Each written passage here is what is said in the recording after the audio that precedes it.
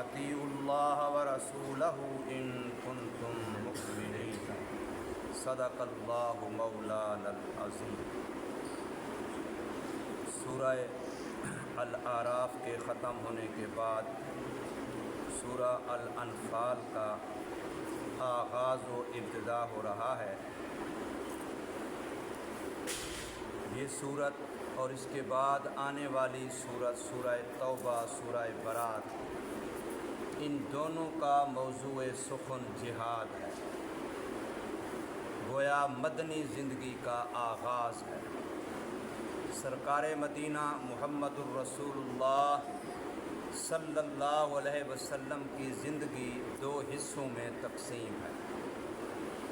نبوی زندگی کے دو حصے ہیں، ایک حصہ ہجرت سے پہلے کا جس کو مکی زندگی کہتے ہیں، اور ایک حصہ ہجرت کے بعد کا جس کو مدنی زندگی کہتے ہیں۔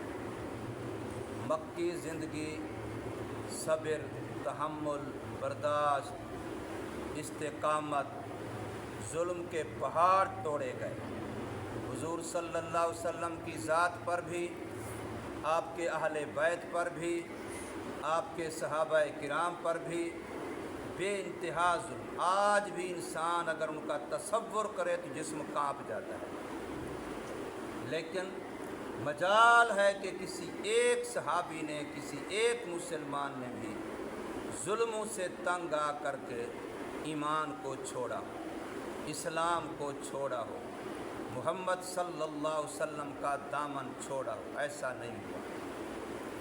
جتنا ظلم کیے، اتنا ظلم کیے کہ آخر مکے جیسا محبوب پیارا عظمت والا وطن چھوڑنا پڑا، کعبۃ اللہ کی دوری برداشت کرنی پڑی، وہاں جو شعائر اسلام ہیں ان سے دور ہونا پڑا، ہجرت کرنی پڑی، پہلے حبشہ کی طرف پھر مدینہ طیبہ کی طرف، لیکن مسلمان ڈٹے رہے اپنے دین پر، ہر طرح کی قربانی دیتے رہے، اور جب ہجرت کی پھر تو قربانی کی انتہا تھی، ماں باپ چھوڑ دیے، اولادیں چھوڑ دی، بیویاں چھوڑ دی، وطن علاقہ چھوڑ دیا، کاروبار مال دولت جائیدادیں چھوڑ دی، صرف ایمان کے لیے، صرف اسلام کے لیے۔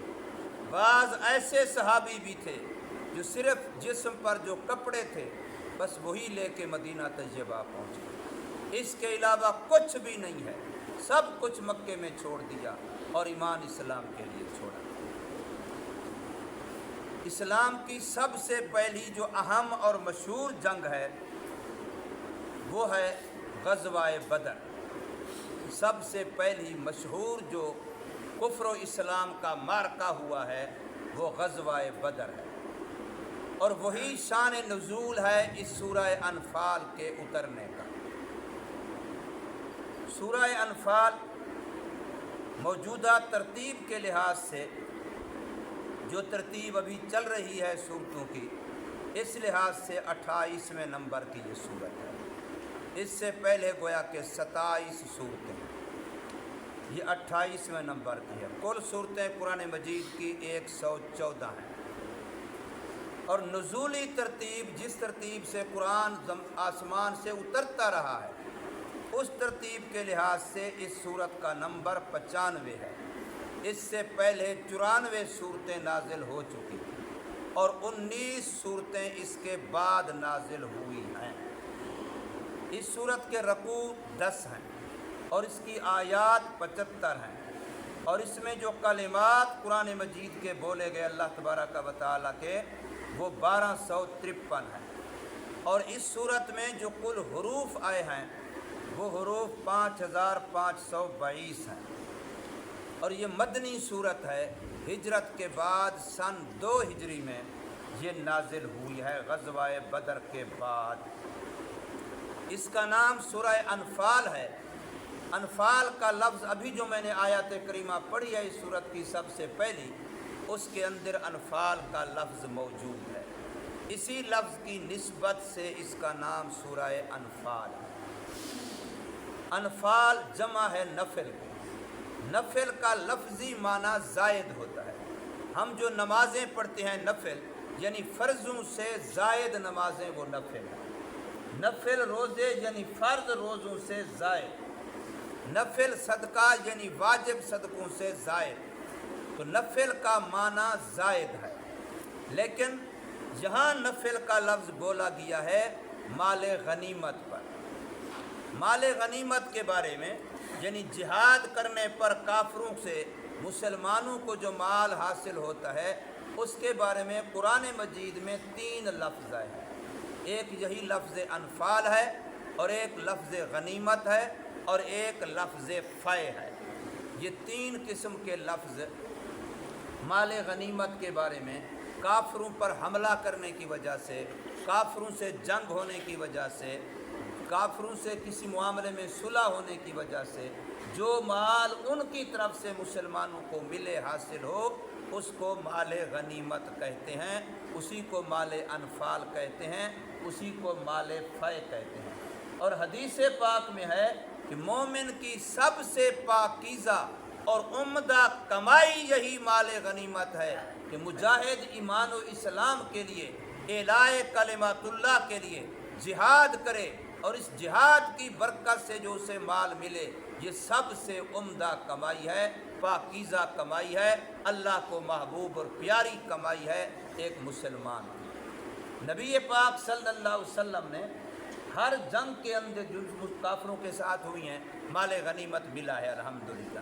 سب سے زیادہ مال غنیمت ملا تھا فتح مکہ کے بعد، جب رسول اللہ صلی اللہ علیہ وسلم نے حوازن کے قبائل پر جو کہ طائف کی جانب رہتے تھے، جہاں مقام جعرانہ ہے اس وقت، اس سائڈ پہ حضور صلی اللہ علیہ وسلم پر حملہ کیا، اور ان سے جو مال غنیمت ملا تھا وہ حضور صلی اللہ علیہ وسلم کی زندگی میں سب سے زیادہ کسی ایک جنگ میں ملنے والا مال غنیمت تھا۔ اور حضور نے جہاں جعرانہ کا آج کل مقام ہے، یہاں بازار ہے، چوک ہے، تو اس جگہ پر بیٹھ کر کے رسول اللہ صلی اللہ علیہ وسلم اس مال غنیمت کو تقسیم فرمایا تھا۔ ایک ایک بندے کو کئی 100 بکریاں، کئی 100 اونٹ ایک ایک بندے کو دیے گئے، سونا چاندی ڈھیروں کی شکل میں دیا گیا، اور اللہ کا وعدہ تھا کہ ایک وقت آئے گا یہ کافروں کے خزانے تمہارے قدموں میں ہوں گے، اور اللہ نے ایسا کر کے دکھایا۔ جب تک مسلمان جہاد کرتے رہے اسلام بڑھتا رہا، پھیلتا رہا، غالب رہا، اور مسلمانوں کے عزت اور شان و شوکت اور ان کے روب کا ڈنکا دنیا میں بجتا رہا۔ جب سے مسلمان نے جہاد چھوڑا، بزدل بنا، موت سے ڈرا، مال کی محبت، دنیا کی محبت، چیزوں کی محبت دل میں آئی تو اس دن سے بے وقت ہو گیا، اور آج کافر اس کو اپنا لقمہ تر سمجھتا ہے۔ جب چاہتا ہے جس مسلمان کی جان، مال، حتیٰ کہ عزت کو سب سے سستا وہ مسلمان کی چیز کو سمجھتا ہے، جہاں چاہا جس وقت چاہا لوٹ لی۔ تو بہرحال یہاں پر اب 2 چیزوں کا میں نے تعارف کرانا تھا، ایک تو اس صورت کا تعارف جو میں نے کچھ الفاظ میں آپ کے سامنے کر دیا ہے، اور ایک جو اس صورت کا سبب بنا ہے غزوہ بدر، اس کا تعارف۔